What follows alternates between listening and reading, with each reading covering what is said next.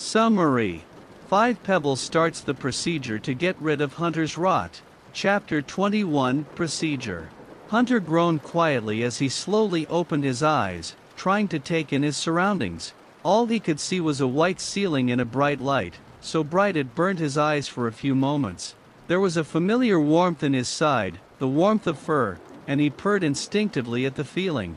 He felt no pain in his back, giving him a temporary moment of respite for once. The arms wrapped around him tightened, and Hunter thought he could hear someone talking, a voice he didn't recognize. He tried to twist around to get a look, only to realize he couldn't move. Why couldn't he move? From what he felt, nothing was restraining him, so why? Suddenly, a burning pain made itself known all over his back. Hunter gasped in shock, trying to flinch away from whatever was causing him harm but unable to do so. The pain suddenly intensified, and Hunter screamed. It was searing and burning hot, and it was spreading. Hunter felt like his insides were burning, like someone had lit his flesh and bones on fire. Hunter tried begging, screaming for whoever was torturing him like this to stop, asking what they wanted, saying he would offer anything if they could just make his pain stop. The pleading eventually developed into angry screaming. Whoever was doing this would pay. They would feel twice the pain he was feeling right now. He would rend their flesh from their bones, and they would suffer. Eventually, as the pain heightened even further, he lost his ability to speak, his screams devolving into beast-like screeching as the agony spread throughout his whole body. He screamed even louder as the lump on his back sizzled and suddenly popped, and he felt something reach out of his back and convulse around the room. Hunter thought he could hear someone whispering reassurances in his ear, but it was impossible to tell what they were saying over his own screams and the rapid heartbeat in his ears. The fact that he couldn't even move, couldn't even try to convulse in pain, or try to scramble away from whatever was burning him up, was a traumatizing experience. Hunter wished he could just lose consciousness. Why couldn't his body just give up? Pass out from the pain of it all? For the first time in his life, he cursed his enhanced strength and endurance as his voice finally gave out from all the screaming, replaced with a strangled cry. Please, make it stop. I beg of you. Please.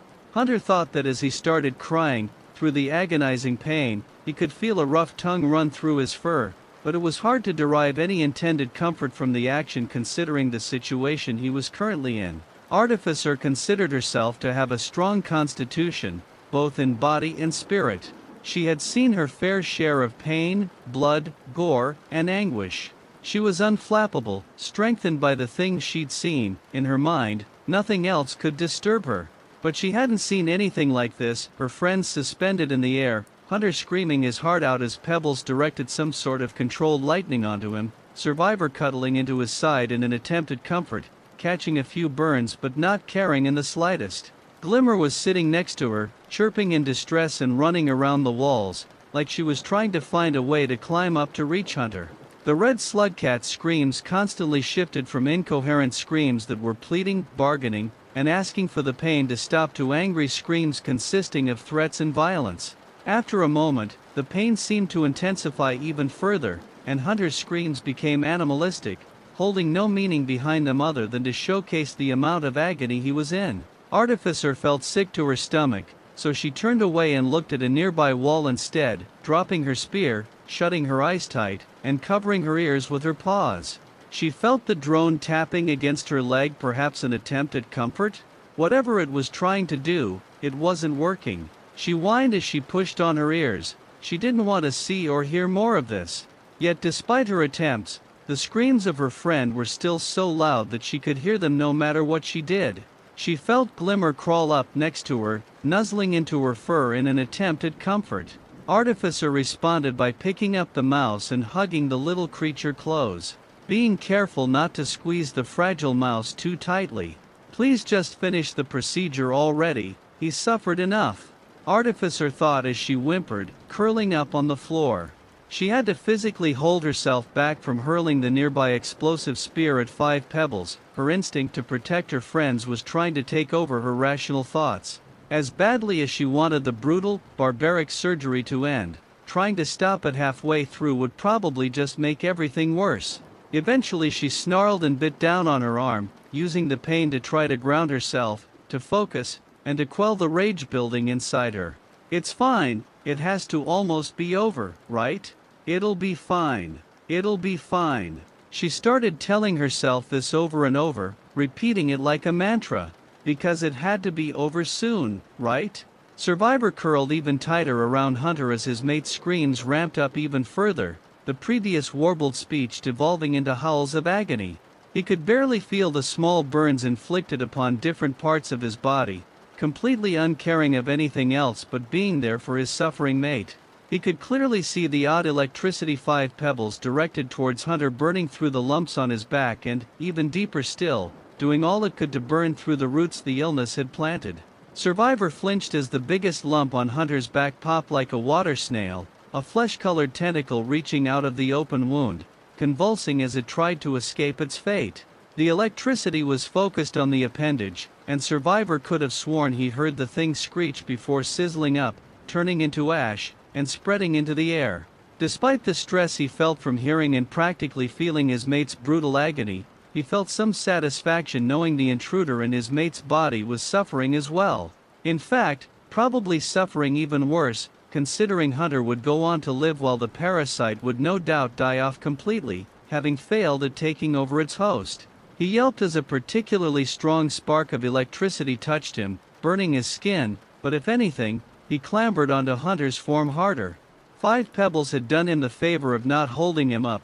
He wasn't restrained and could let go and fall to the ground to avoid damage and pain. But Survivor wasn't letting go, not for anything.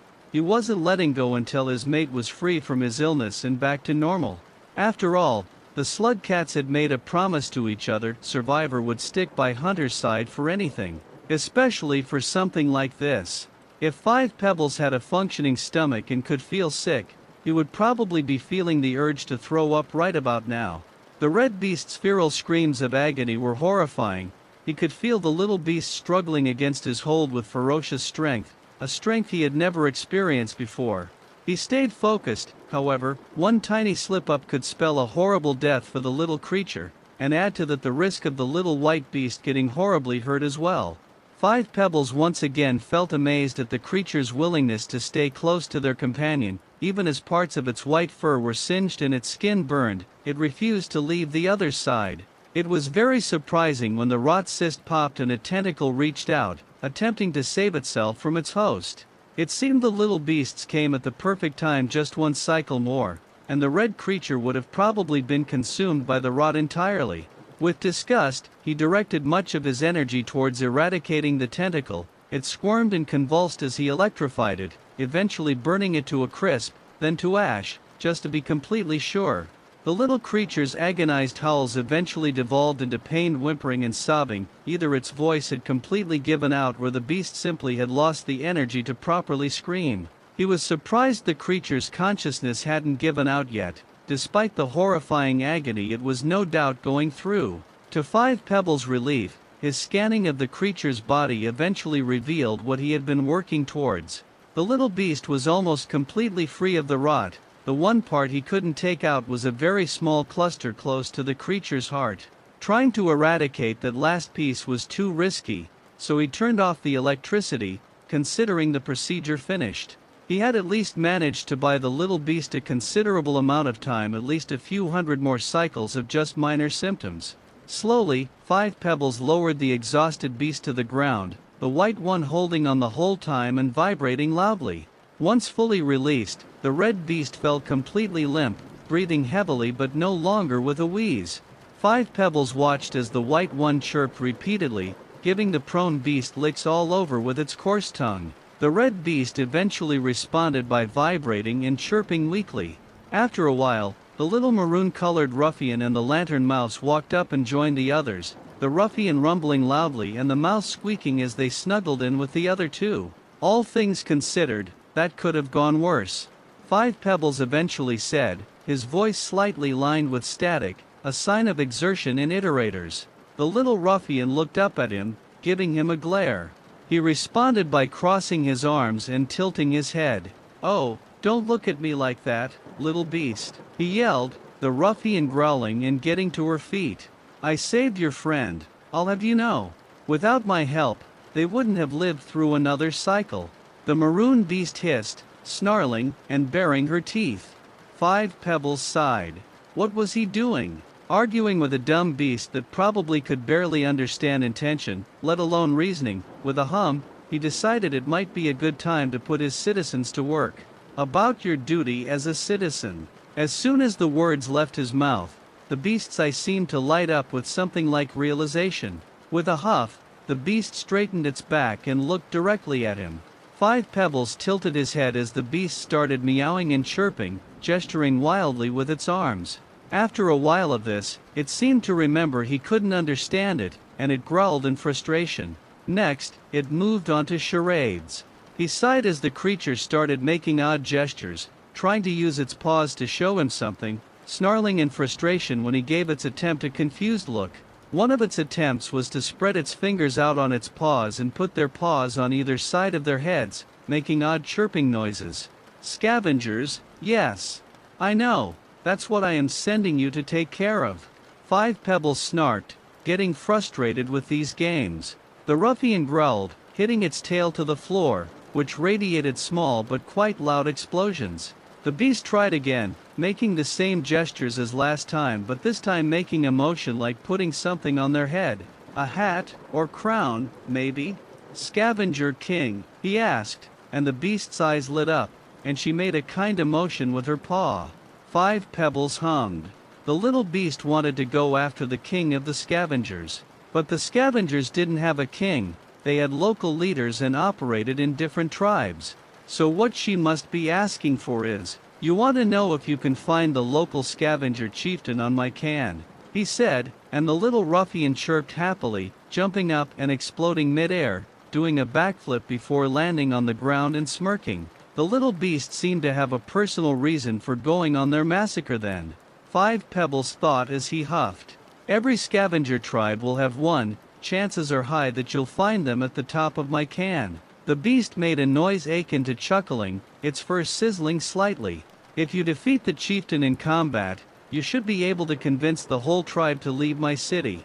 5 Pebbles explained before gesturing to the drone hovering next to the beast. If you pass through my access shaft, you should have no trouble finding the gate leading to my city. The droid will let you and anyone else you bring with you through, he explained, and the little beast nodded excitedly. Come back to me when you're done evicting the scavengers. The beast nodded again before walking over to its friends. The red beast seemed to be doing much better, partially sitting upright and chirping and chittering with the white one in conversation while petting the mouse lying next to him. The maroon creature walks over and embraces the red one, chirping with happiness. The white beast joins in on the hug. 5 Pebbles scoffs but ultimately decides to let them hug it out, but then they'd have to leave. He had more important things to worry about than these little animals on the floor of his chamber. Eventually the beasts separated, still chirping happily alongside each other. The maroon and white beasts helped the red one stand. They seem a bit shaky and unsteady, but otherwise they look fine and more healthy. If only curing my own rot was that simple. 5 Pebbles thought as he floated closer to the beasts, the red one turning towards him and chirping happily. It is good to see you awake, at least. He starts running a quick scan on the creature again, just to be completely sure he's done all he can. You are not fully cured, as you can tell. You probably have a headache, or nausea, or some other minor symptom. The red beast nodded. But compared to how badly you were doing just a few hours ago, it probably won't bother you too much. 5 Pebbles finished, shrugging. The red creature tried to communicate something to him by chirping and meowing and gesturing with its paws. 5 Pebbles tilts his head, and the little beast seems to realize he can't understand it, so instead it waves for him to come closer. Confused, he does as it says, floating down until he's at the same eye level as the little beast. Little beast, you. He's interrupted by the creature suddenly throwing its arms around his neck, hugging him close. Any words he wanted to say dissipate into the air as he's embraced.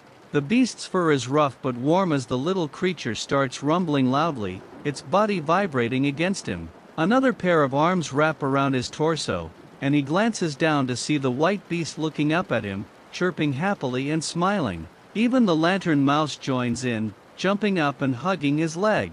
The red creature turns to the maroon one, who is standing off to the side, and chirps something at it. It huffs in response before walking over and also joining in on the embrace, hugging 5 Pebbles' shoulders.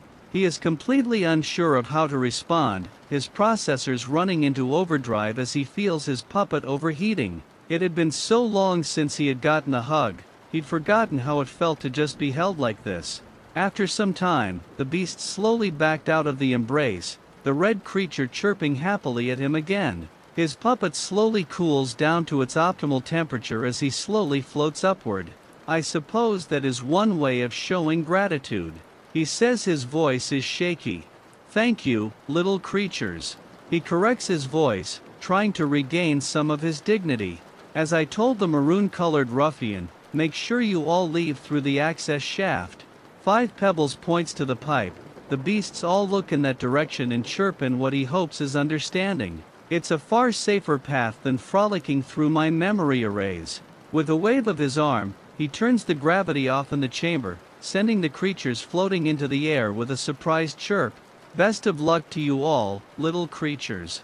I must resume my work. Gently, he guided them towards the shaft. Before passing through, the creatures all turned around and gave him a wave and a chirp. Once they were gone, 5 Pebbles sighed, once again picking the pearls he had been working with off the ground. Finally, no more distractions.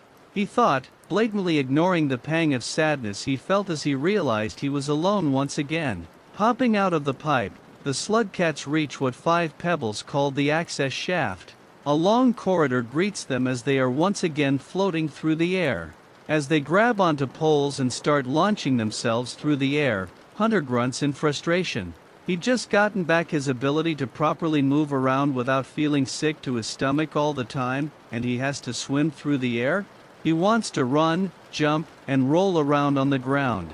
He wants to experience freedom. Sure, he had a bit of a headache, but after the terrifyingly agonizing procedure he'd gone through, Hunter considered the headache blissful.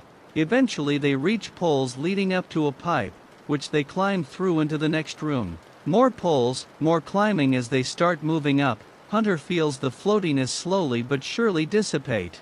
As they move past more and more floors, with odd murals on the walls so old they must be ancient, he feels weight slowly return to his body. When they reach the next pipe and crawl through, everything is back to normal, and he feels great. With a laugh, he jumps through the air, backflipping, rolling along the ground, and sliding as he whoops. He feels slight pangs of pain along his back from the burns gathered there, but they're not enough to stop his celebration. Free, finally free. No more illness, no more lumps, no more debilitating pain. He thinks as he finally slows down, a pair of white arms wrap around his shoulders as Survivor appears to plant a lick on his cheek. With a happy chirp, he turns to his mate and embraces him again. Free to spend the rest of my days with Survivor. Hey lovebirds, a voice calls out to the 2 slugcats, and they turn to see Artificer with Glimmer on her shoulder. She's trying to look smug, but her warm smile betrays her real thoughts.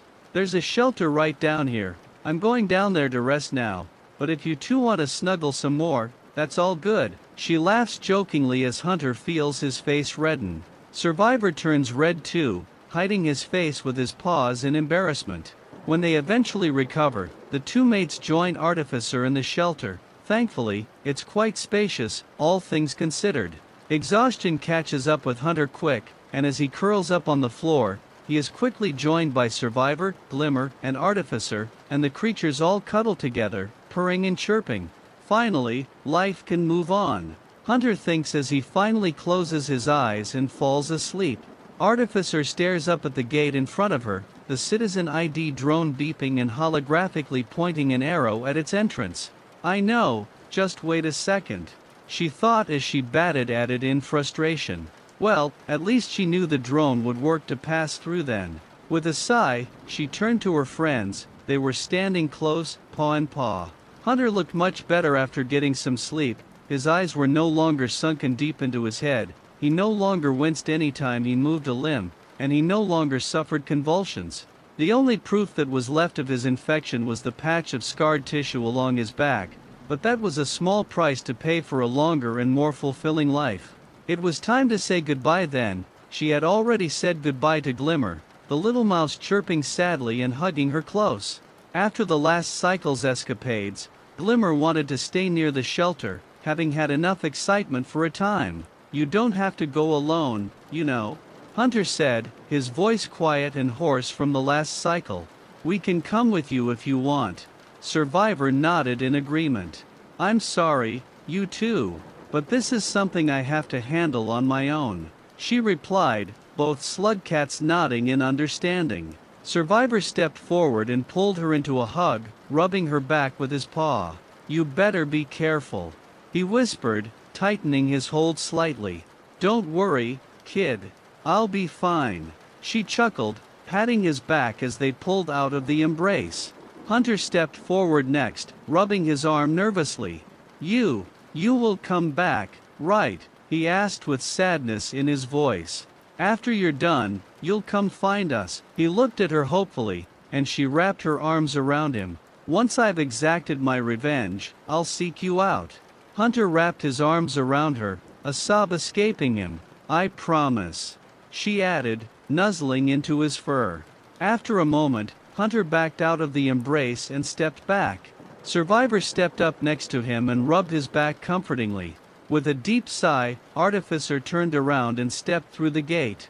Stopping in the middle of the grated floor, she turned around to wave goodbye to the other slugcats. She smiled as they waved back, her drone flying up to the top of the gate and flashing green for a moment.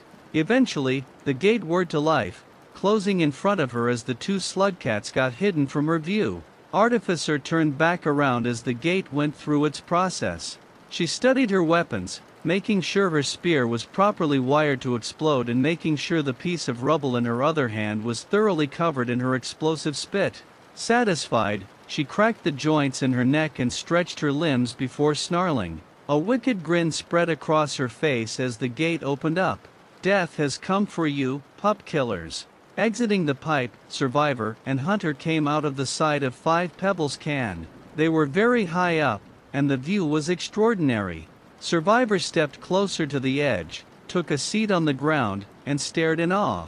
Hunter walked up and joined him, wrapping an arm around his shoulder. "The view from up here, it's beautiful," Survivor said, leaning into his mate's touch.